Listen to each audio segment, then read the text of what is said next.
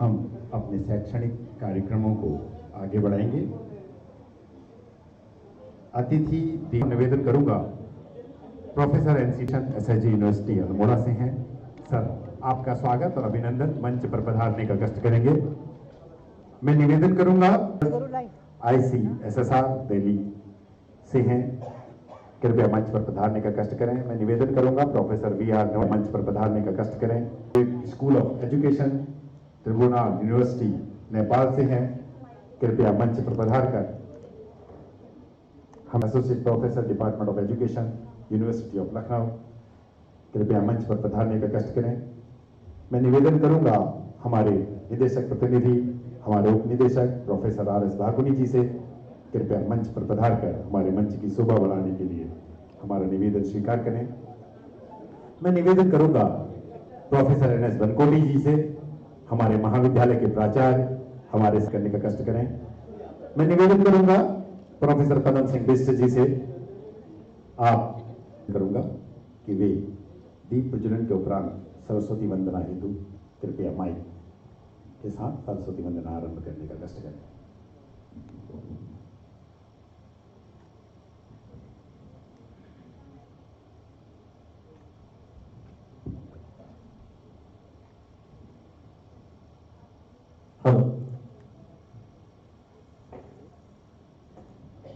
Yes, sir. Yes, sir. Yes.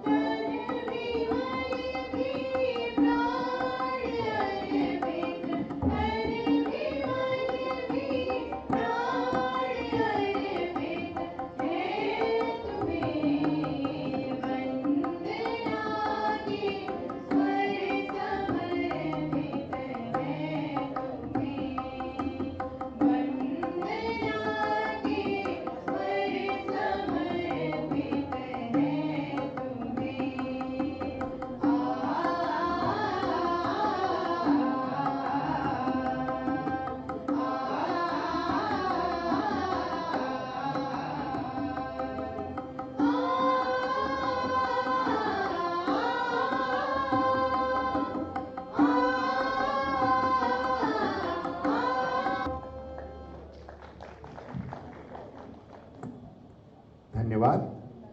आप सुन रहे थे मनमोहक प्रस्तुति विद्यार्थी एवं शिक्षक साथियों के सौजन्य से। सभी बच्चों का धन्यवाद। अतिथि देवो भव। हमारे मंच पर आसीन विद्वान जो शिक्षा के क्षेत्र में अपना एक मुकाम हासिल कर चुके हैं, जिनके पथ प्रदर्शन से, जिनके दिए हुए ज्ञान और ज्ञान के क्षेत्र में उनके अवलोकन से उच्च उन्नयन की दिशा में अग्रसारित कर रहे हैं, आप सभी मंचासीन अतिथियों का हम स्वागत और अभिनंदन।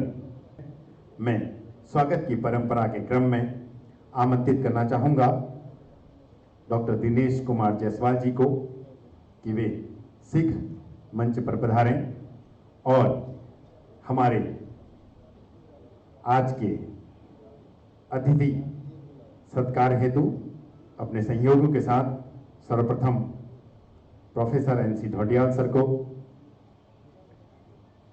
कृपया शीघ्रता से दिनेश जायसवाल सर से निवेदन है कि आप हमारे अतिथि सेमिनार के इस उद्घाटन सत्र की स्मृतियां स्वागत सम्मान समर्पित करने का कष्ट करेंगे।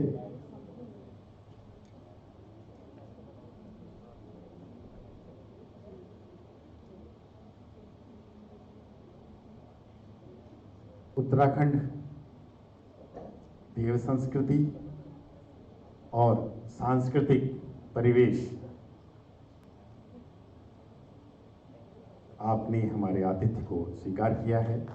आपका स्वागत है, अभिनंदन है। कन्वीनर हैं आप हमारे मुख्य अतिथि प्रोफेसर जी.एस. सोन सर को बैच अलंकृत कर और स्मृति चिन्ह से उनका सम्मान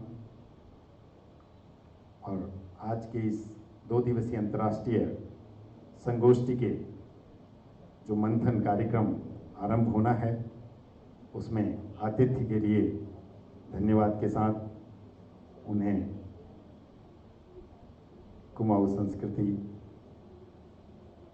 हमारी ARC का स्मृति चिन्ह मैडम को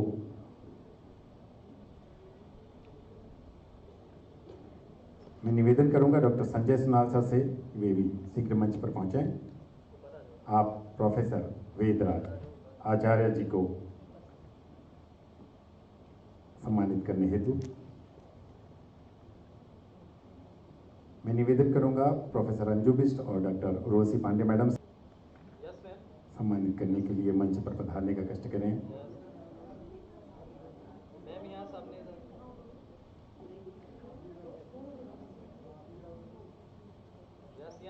Indian council of social science and research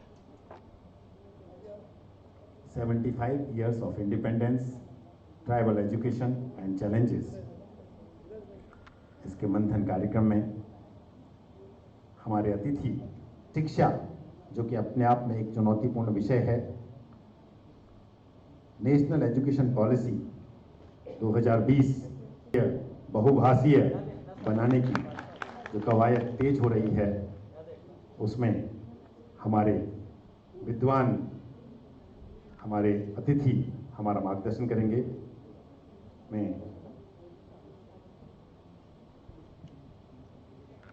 निवेदन करूंगा अंजू बिष्ट मैडम से और डॉक्टर उर्वशी पांडे मैडम से कि आप किरण लता डंगवाल मैडम,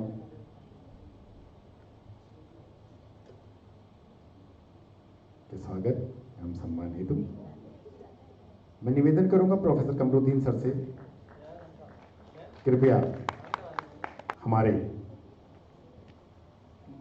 उच्च शिक्षा उपनिदेशक निदेशक प्रतिनिधि प्रोफेसर आर.एस. भाकुनी सर को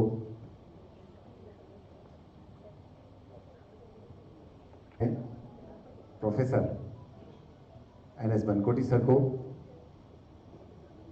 सम्मान समर्पित करने हेतु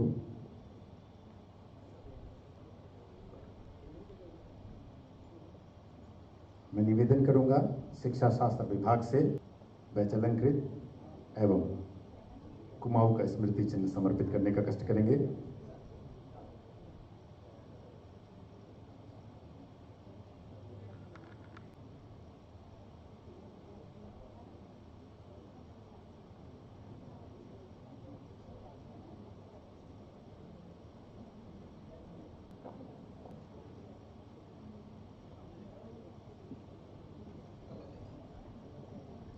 मैं शिक्षा शास्त्र विभाग की विभागाध्यक्ष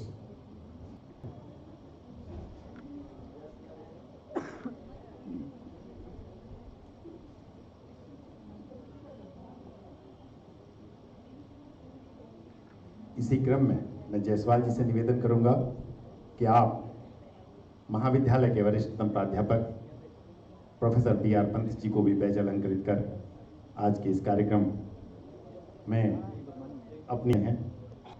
हमारे आतिथ्य को स्वीकार कर हमारे बीच में पधारे कोटाबाग के प्राचार्य जी, हमारे चिर परिचित हमारे पथ प्रदर्शक प्रोफेसर नवीन भगत जी को बैज अलंकृत कर कृपया सम्मानित करने का कष्ट करेंगे। मैं निवेदन करूंगा मनीषा नरियाल मैडम से, रचिता भट्टारी जी जो कि एजुकेशनलिस्ट होने के साथ साथ मेयर भी हैं, तो आप जनप्रतिनिधि भी हैं और आप शिक्षा के क्षेत्र में भी योगदान दे रही हैं। आपकी उपस्थिति से महाविद्यालय गौरवान्वित है। आपने हमारा आतिथ्य स्वीकार किया, आप हमारे बीच में पधारी हैं। मैं निवेदन करूंगा डॉक्टर विमला देवी मैडम से कि उन्हें हमारे कुमाऊं का मैं विभिन्न महाविद्यालयों से, नजदीकी शिक्षा संस्थानों से हमारे बीच में पधारे हुए सभी साथियों का स्वागत और अभिनंदन करता हूं। महाविद्यालय परिवार के सभी बार पुनः संगीत विभाग के विद्यार्थियों से स्वागत करने का कष्ट करें।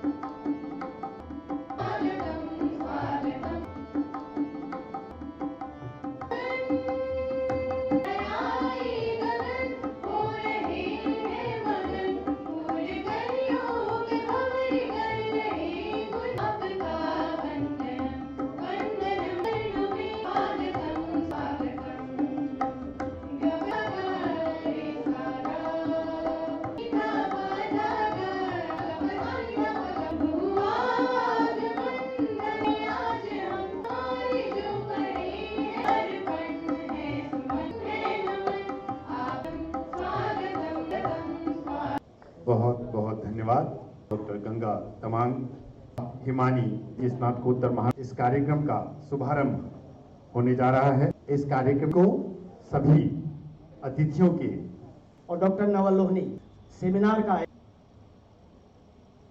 इस कार्यक्रम हैं एजुकेशन रूप से जुड़े हैं।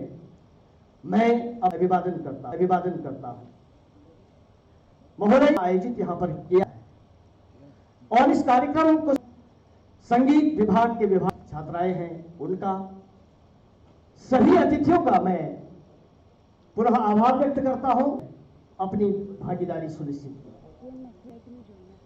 आजादी के 75 साल भी है जिसके बारे में हम और उचित है किसी भी पर्टिकुलर कास्ट को लेकर, किसी की स्थिति और परिस्थिति को देखकर, लेकिन जो शोध आप हैं, सिंपोजियम भी होते हैं, लेकिन उसका फायदा मुझे लगता है आप करते हैं। ये दिमाग में ये व्यक्तिगत प्रश्न आता है, हो सकता है मैं गलत पेपर प्रस्तुत करते हैं, के बारे में हम शोध करते हैं। हो सकता है शोध के विकास की कार्मिकों को आप लोगों ने सभी को नमस्कार, अभिनंदन करती हूँ। मैं अतिथि का, रिसोर्स पर्सन का जो कि तो मैं स्वागत करती हूँ हमारे बीच उपस्थित नेपाल से आए हमारे resource person professor NC Dhondiya sir का सर मेरे गाँव अगर उनके शोध लेख प्रकाशित हैं और उनको खुश मैं 3 नारे लगाऊंगा, सभी उसको उपस्थित प्रोफेसर, ये बड़े गर्व की बात है कि एमबी पीजी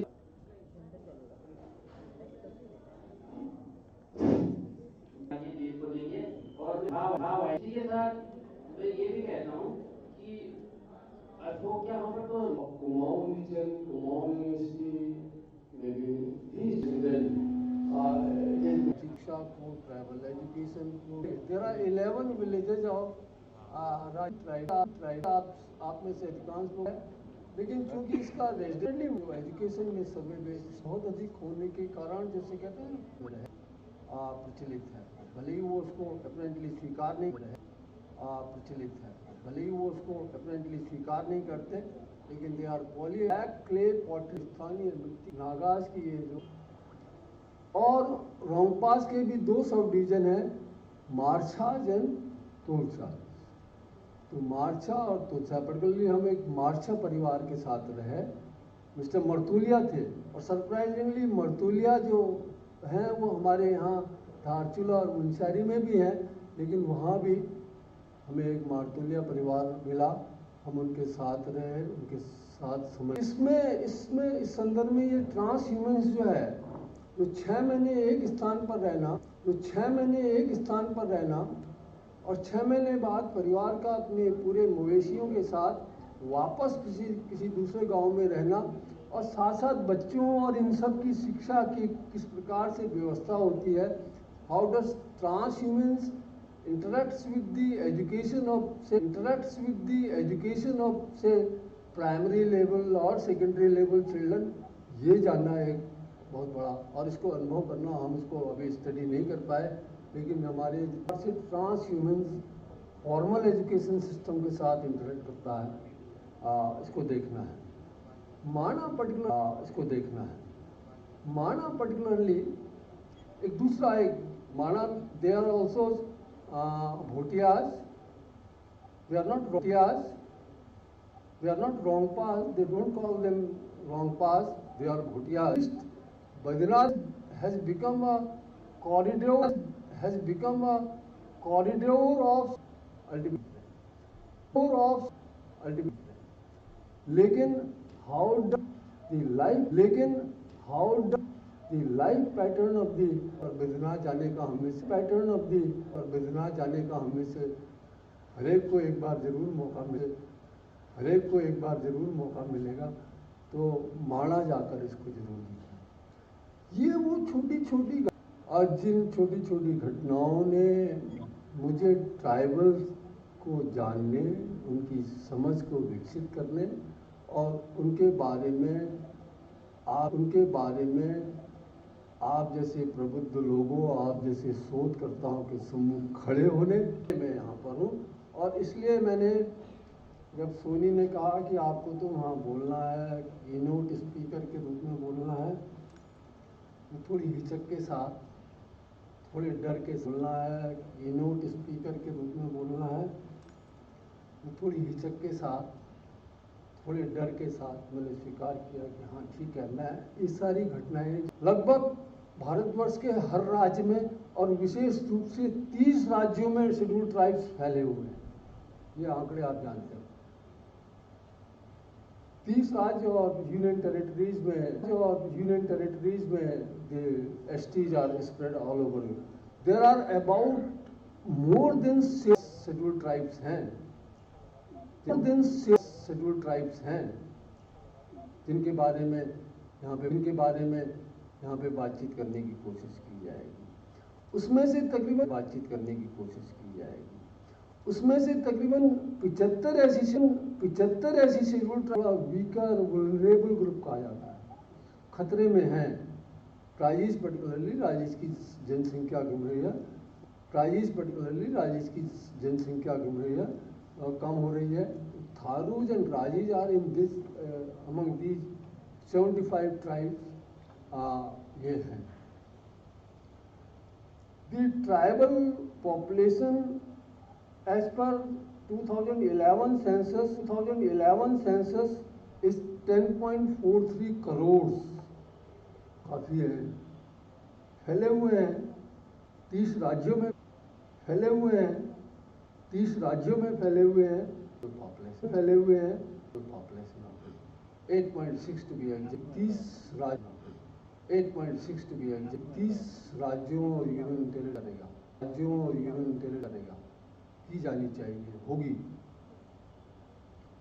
इनकी पॉपुलेशन बढ़ी है, 2001 से बढ़ी है, 2001 से 2011 के बीच 23% और एक में 17 23% और एक में 17% ऑफ द एंड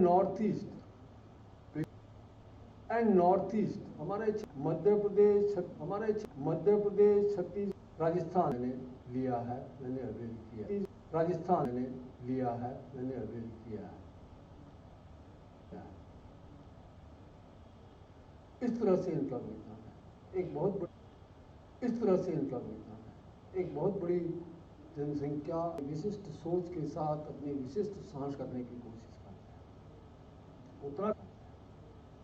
उत्तराखंड में आके देखें, उत्तराखंड में भी कम है, लेकिन जनसंख्या का लगभग 3% है, 2.9% of the total population scheduled tribes है। उनके नाम आप जानते हो, भोटिया, ट्रेडिंग ट्राइब होने के कारण अडेप्टेबिलिटी ज़्यादा थी,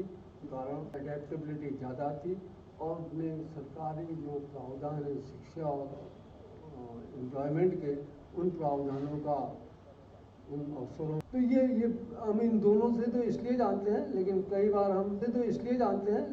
बार हम बुक्सास, जौनसारीज और राजी, लेकिन जो जौनसार क्षेत्र है सारी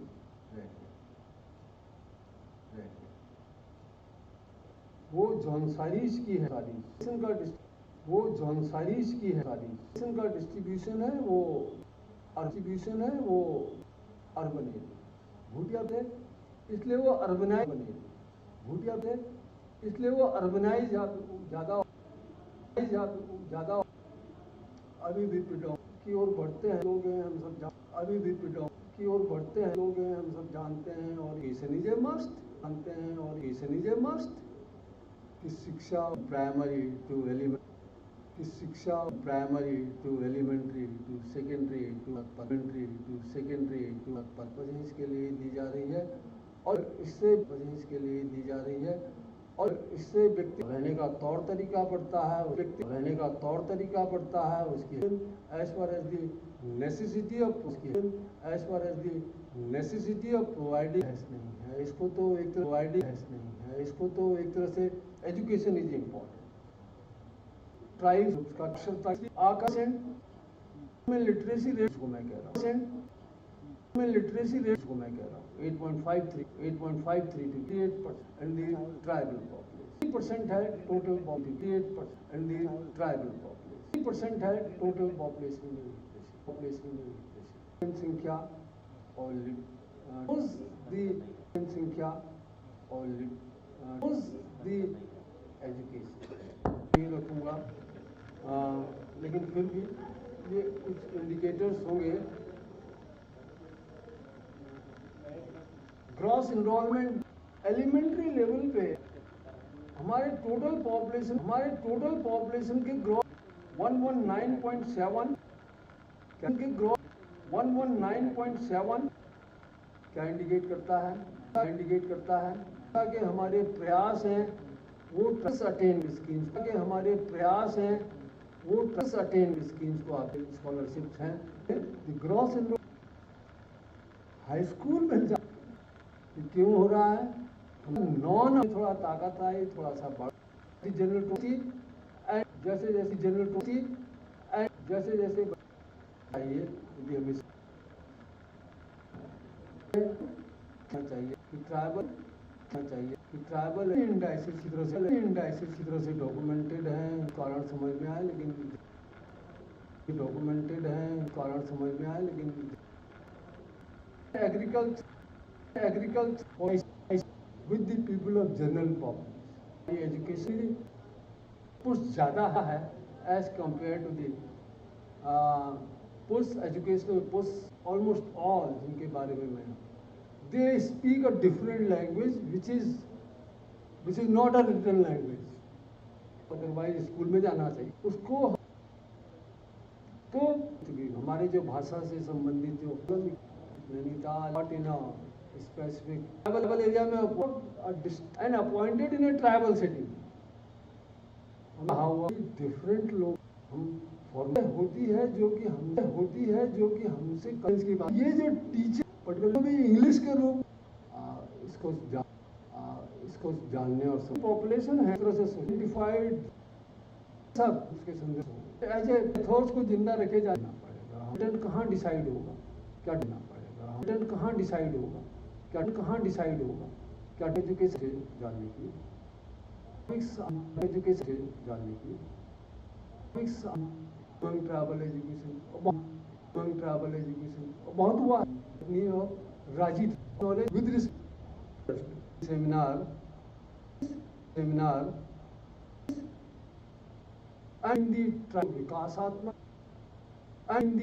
विकासात्मक के रूप में हम इंधनी जमीन किस प्रकार से जो डिफरेंट क्लास के लोग हैं वो किस प्रकार से उस पर कब्जा organisation in create on the time keeper create restrictions on forest wood fodder grazing Naga tribe वो उस मिट्टी को यूज कर पाए। डेवलपमेंट को भी आप through tribes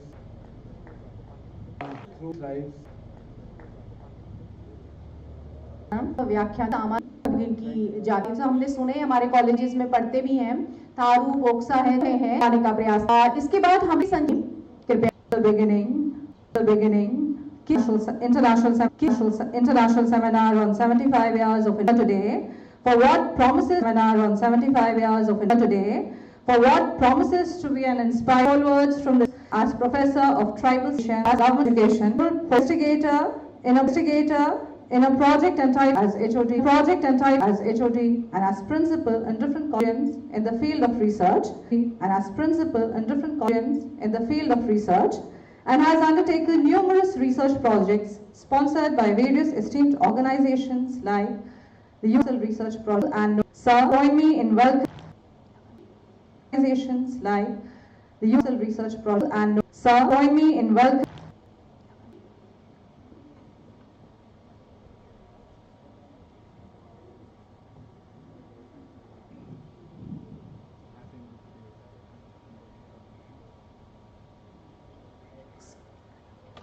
Sir, there seems to be some audibility issue. ऐसे इंस्टीट्यूशंस भारत में और अलग अलग वॉइस साथ ही रहते थे। इसका आवश्यकता उस समय था क्योंकि तो होटल में गाते थे, नाचते थे और रोजाना उस परिसर की जो स्थिति है उसके ऊपर व्याख्यान होती थी या बोली जाती थी।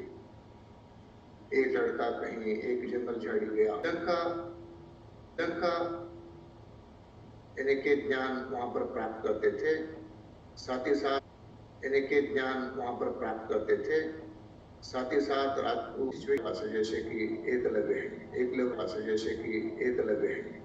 को एडमिशन नहीं मिला, यानी कि कुछ ही कम्युनिटी को यानी कि वहां पर एडमिशन मिलता था, उनको वहां पर शुरू हुआ।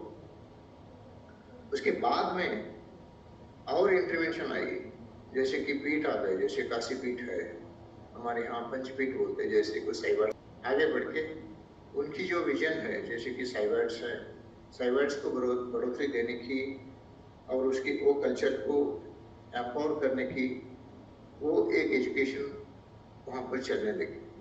इसमें कोई डिग्री नहीं मिलता था लेकिन जानकारी मिलता था। बाद में जब पेंशन भारत में आ गई तो इसके अलग अलग जो रूलर्स थे, उनकी जो हिस्ट्री है या उस परिसर की जो हिस्ट्री है या उनका कल्चर है उसके बारे में ज़्यादा ध्यान देते हुए उन्होंने उस ढंग का एक साइकोलॉजी की ओर से जो भाषा उनकी अंग्रेजी उसको उसमें वो ट्रांसलेट करके लोकल हिस्ट्री वहाँ पर उन्होंने लाने की कोशिश की और उनके स्कूल यहाँ पर खुल गए, मिशनरी स्कूल खुल गए और उसमें जो कंटेंट है कंटेंट बदल गई, अलग अलग कंटेंट बदल गए। कंटेंट बदलते बदलते अभी आप सभी को मालूम है उसमें डिग्री भी लेने के लिए, डिप्लोमा लेने के लिए, सर्टिफिकेट कोर्स लेने के लिए ऐसे अलग अलग यानी कि उन्होंने डिज़ाइन की कि स्किल वहाँ पर सिखाया जाए और उसके मुताबिक आगे बढ़ाया जाए। तो ये जो सिस्टम बढ़ते गई तो इस सिस्टम के बाहर के जो लोग हैं वो मार्जिनाइज होते गए, तो वहाँ पर मार्जिनाइज हो गए और गुरुकुल से पीठ में चले गए तो वे मार्जिनाइज हो गए। उसके बाद जो ग्लोबल सिस्टम की अंग्रेजी अंदर ला लिए तो भी मार्जिनाइज हो गए, यानी कि उस ढंग की उस समय की जो एजुकेशन सिस्टम था उससे अलग सिस्टम में आके डिग्री पाना अनिवार्य हो गया। अगर वो डिग्री नहीं है तो उनको हम एजुकेटेड नहीं बोलते। इस ढंग का एक सिस्टम हमारे पास आ गई जिनको बताता है 6 साल से ज़्यादा उम्र के जो लोग डिग्री पाते हैं उनको लिटरेट बताते हैं 6 साल। लिटरेसी एक ढंग का तो नहीं है भारत में, अलग अलग राज्यों की जो भाषा है उनके भाषा के मुताबिक लिटरेसी हम पा रहे हैं। ओडिया में अलग है, अलग अलग राज्यों की डिग्रियां भी हम ले रहे हैं। ये डिग्रियों के साथ अभी अलग स्ट्रक्चर में इंस्टीट्यूशन के स्ट्रक्चर में लाने की कोशिश की। तो आपका जो टेस्ट है राष्ट्र के स्क्रिप्ट और हमारा आइसोलेशन भी हमें बहुत से दिक्कतें हमें पैदा करती है और इकोनॉमिकल सिस्टम भी जो है हमारा जिसको हम लीडरशिप बोलते हैं वो नहीं के बराबर है, लेकिन वो ज्ञानी है, वो अपने इसमें पैसा जीना उनको मालूम है, लेकिन लिटरेसी तो इनको वो यानी कि फिजिबिलिटी तो इनको वो यानी कि फिजिबिलिटी कम हो रहा है, अंदर लेने का बहुत कम है, उनके ऊपर थोप रहे हैं ना ये। By you, your words were truly inspiring. Virgil Abloh said, when creativity melts together with global issues, visionaries and erudite scholars come together to discuss issues. To continue, I now invite another great Council of Social Science Research, New Delhi, as Director, ICSSR, NRC, JNU, New Delhi, and MA and PhD in Psychology from Kumar University, patterns of self-disclosure and adjustment among high and low achievers. Dr. Son has one book and numerous research papers, conferences, workshops in India and abroad, in countries like UK, PhD thesis and other academic works. He is a member of the Board of Studies and other academic bodies, and has worked as resource person for various research methodologies, capacity building, member of ICSSR Review Committee in various research institutes, and has been fortunate to represent India in the UNESCO GX. Welcome you, sir, and are blessed to have you and your... Thanks for my introduction, ma'am. Professor B.S. Bankoti, Principal M.B.Govt College, and all the dignitaries on the dais and of the dais, as well as the students. Since that career from this college, though not for a long. So that affection is always there, and whenever the name of M.B.Govt College comes, so it reminds me my days here. So by sitting in ICE, so that affection is always there. And I'm really a great pleasure for me today to be among. Go away from the text which I wanted to speak, but slightly I will highlight those ideas. Rather, I would like to, start from the statement made by Professor Bankoti. He says that all these researches and all these seminars and all these things are done. We spent a lot of time on that, energy, money. But after all, what the people get on which we are talking? Yes, this is a very relevant and big question. But sir, in academics, our duty is to discuss the issue. But the question comes whether the discussions and conclusions brought out of policy level. We may discuss we may write many reports, we may write many books. Those may be good enough for the scholars to read for them and to increase their knowledge. Those are essential, of course. But when the question comes about translating them, translating those recommendations and observations for implementation, these are basically, we are the link between government and the academicians. We have been doing it very sincerely. Of course, whenever the issue of and ICSR view is always taken into consideration. And that has been our consistent effort also to bring those issues to the government. And the themes that we are floating for the research projects, even for fellowships, you would have seen most of them are focusing now on the policy studies which are in operation that need to be brought to the notice of the policymakers. So that's why that has been our consistent effort to go for that. And I hope, if not 100%, at least some percentage of those inputs will definitely make a dent in the policy making. Second issue of this seminar, his experience, rather I must say the empirical experience, grassroots experience that he has expressed here is commendable. And those issues really need to be paid attention, particularly by the researchers. Because a researcher, when he takes up the study, when he goes to the field, whether we will reach to the ultimate goal or not, because there are so many impediments on the way.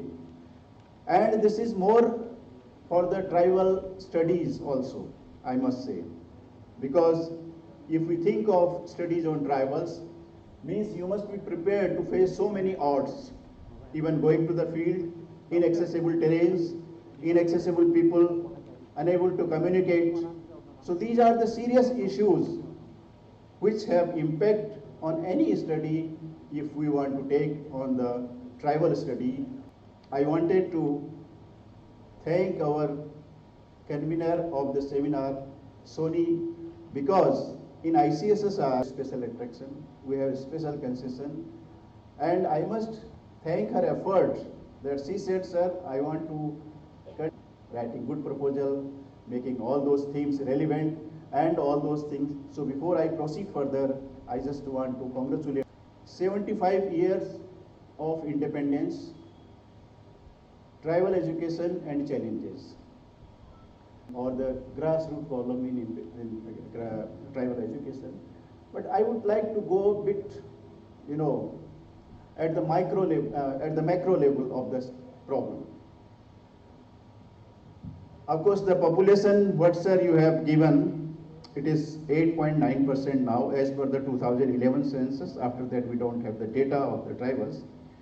But even by the size of the tribal population, we are second from the whole continent of Africa in tribal population. So you can imagine the size of tribal people living in India, and along with that, the challenges. To the higher pedestal of development, then the issue arises whether we are taking care of all the people, all the class, creed, and the society living in this. If we go historically, of course, there have been a lot of efforts in this direction. Efforts have been made, plans have been prepared and executed also, but what we see right now, they have not brought that result. Is there some echo, I think? And those programs have not brought yet the desired result. Then the question comes, what have been the problems?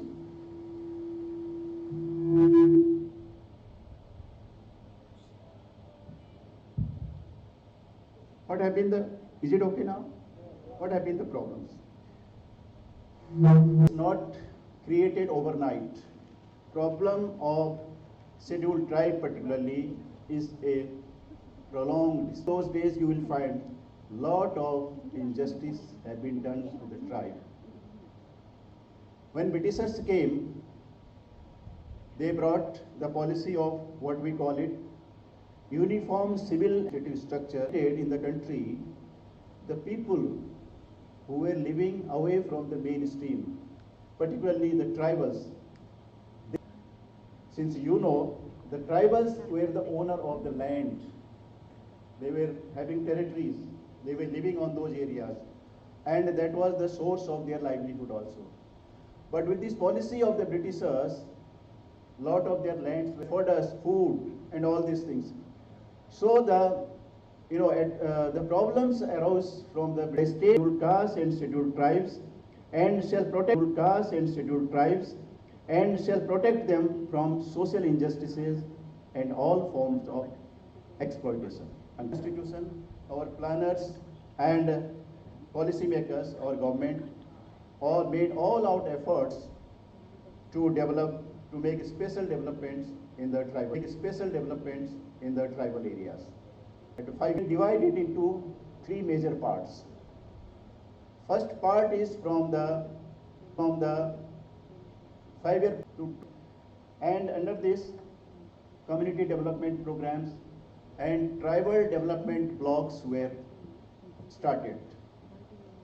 But what happened even after that, after the completion of 4 5-year over there?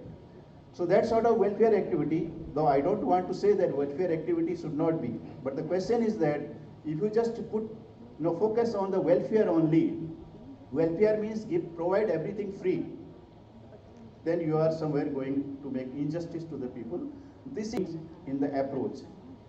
So if we look at the next 5-year plans, from 5-year plan, more attention and what sort of programs they need over that. So under this program, integrated tribal development agencies, modified area development approach, and clusters were also developed for the development plan. There was a procedure for assessing the situation. Whatever programs we have made, whether we have to go for, then again there was not much progress in the condition of our friends Adivasis who are part of this country. So another era starts from the 5-year plan number 9 onwards. So here if we look at the policies of the government, there was some change now. In these policies, it was devised that 8 5-year plans. Rather, the focus was changed to their economic empowerment, social empowerment, new 5-year plan at least. But these plans were much more helpful. At least these were more practical, because here the approach was a bit different. Because it was thought that if we look at the program from the state capitals, look at the program from the central capital, those programs may not fit in the milieu of the tribal development. So that's why the involvement of tribals was made necessary in all these programs after 9th 5-year plan. And now we see at least there is a lot of consciousness. At least this program have made tribals conscious of their rights. They are now asking for their own rights, or also have made these people empowered, but the process and is still long continue. That's why you would have seen now, even in the government now I must say the component plans are still in action, even that we call SC and ST component plan. So a special grant comes as per the ratio of their population that is to be spent on. Now along with this, I find tribal education is also there. As I have not like to take much time, but the question comes, this new National Policy 2020. What does it say? Education 2020, then it especially says that the education, the concepts, what we understand, if those are in our mother tongue, it's very easy to understand those concepts. That is what we all have experienced. First, translating them in the language, foreign language or different language, and even to express those, then that creates another problem. So that's why even if a student have a good talent, many times because the concept, in the language it is being imparted. So that's why the focus of this Education 2020 policy has been, say, particularly in the tribal areas. Because the language among the tribal areas you find there, then how to do? In what language you will? But the education instruction are to be given.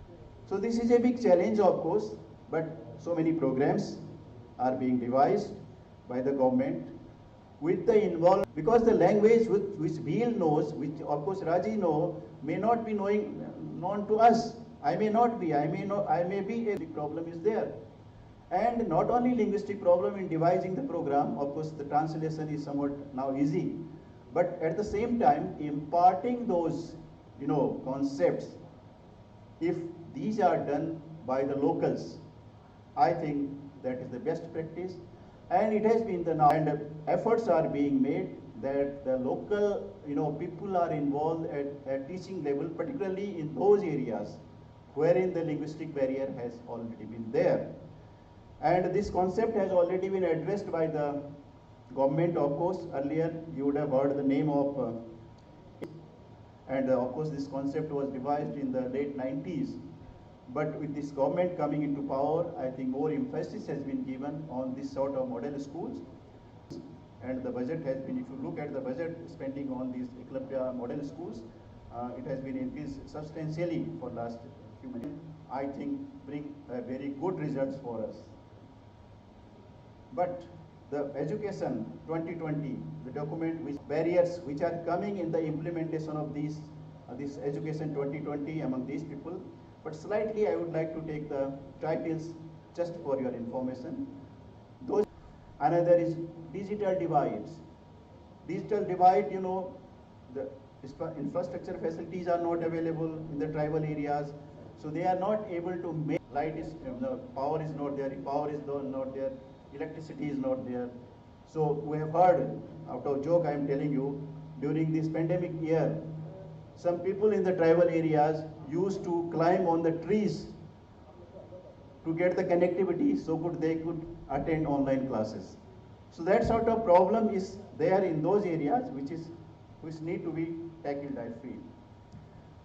Then standardized curriculum, I told you what curriculum to be standardized.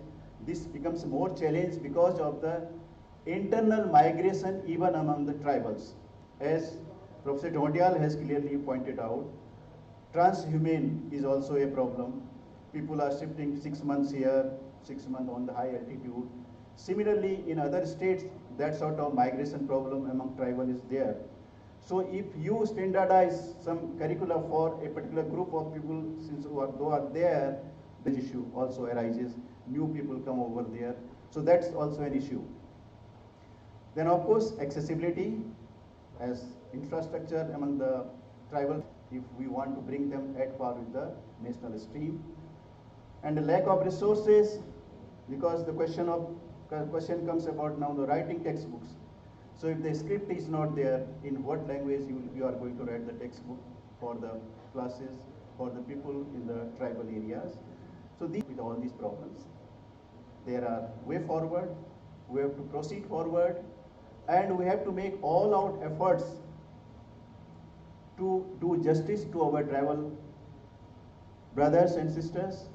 Government is making all out efforts, I must say, and with this note I must say, the developing essential infrastructure in tribal areas can lead to the enforcement of widespread learning methods, improved infrastructure mechanisms that include basic facilities such as effective communication, on providing sufficient qualified local educators and ensuring a conducive learning environment equipped with all necessary for reduce dropout rates, which is a serious problem. I must say the dropout rates among, Professor Dhondial has touched this. If you look at the dropout ratio among tribals from the year 2015 to 2020-21, it is eye-opener. There have been big dropout rate during this period, which of course is a challenge for our policy planners. The reason may be somewhat which were highlighted by Professor Dhondial by the government.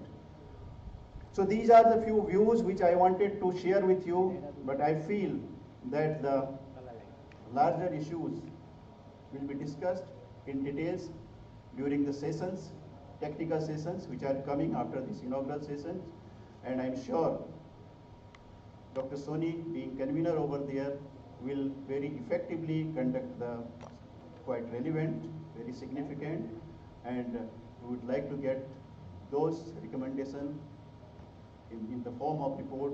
Convey my hearty regards to all the people sitting over there, people sitting on the dais, for their patience hearing. Thank you very much.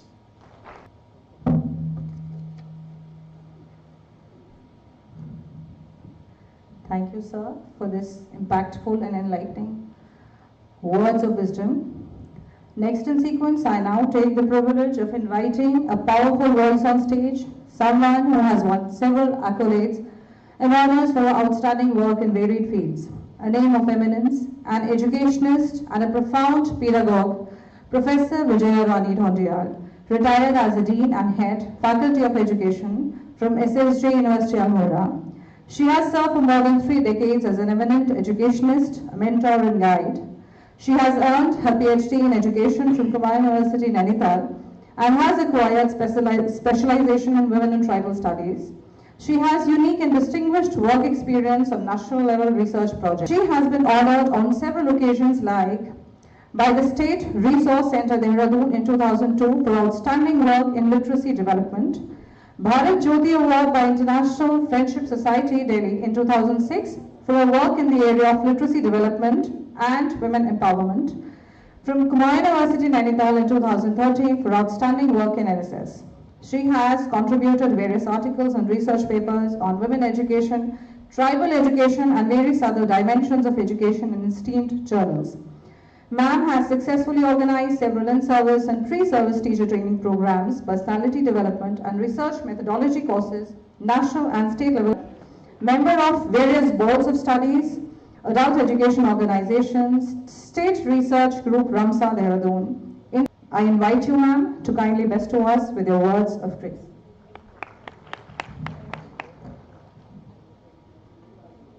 Thank you very much. Dais पे बैठे हुए सभी हमारे special guest, प्राध्यापक, research scholar और विद्यार्थी भी यहाँ बैठे हैं, आप सबका मैं अभिनंदन करती हूँ। और विशेष रूप से जो हमारे अतिथि नेपाल से आए हैं उनका भी मैं अभिनंदन करती हूँ कि इतनी लंबी यात्रा से वो यहाँ आए हैं और अपने अनुभवों को अभी आपके सामने साझा करेंगे। बहुत बहुत धन्यवाद सोन साहब का, क्योंकि इस ट्रायल ने पूरी हमारी एकेडमिक जर्नी को, जिसका जिक्र भी आपने यहाँ पर किया है, उसमें उनके रोल को यहाँ पर बता पाना बड़ा मुश्किल है। उन्होंने सोशियोलॉजिकल एस्पेक्ट में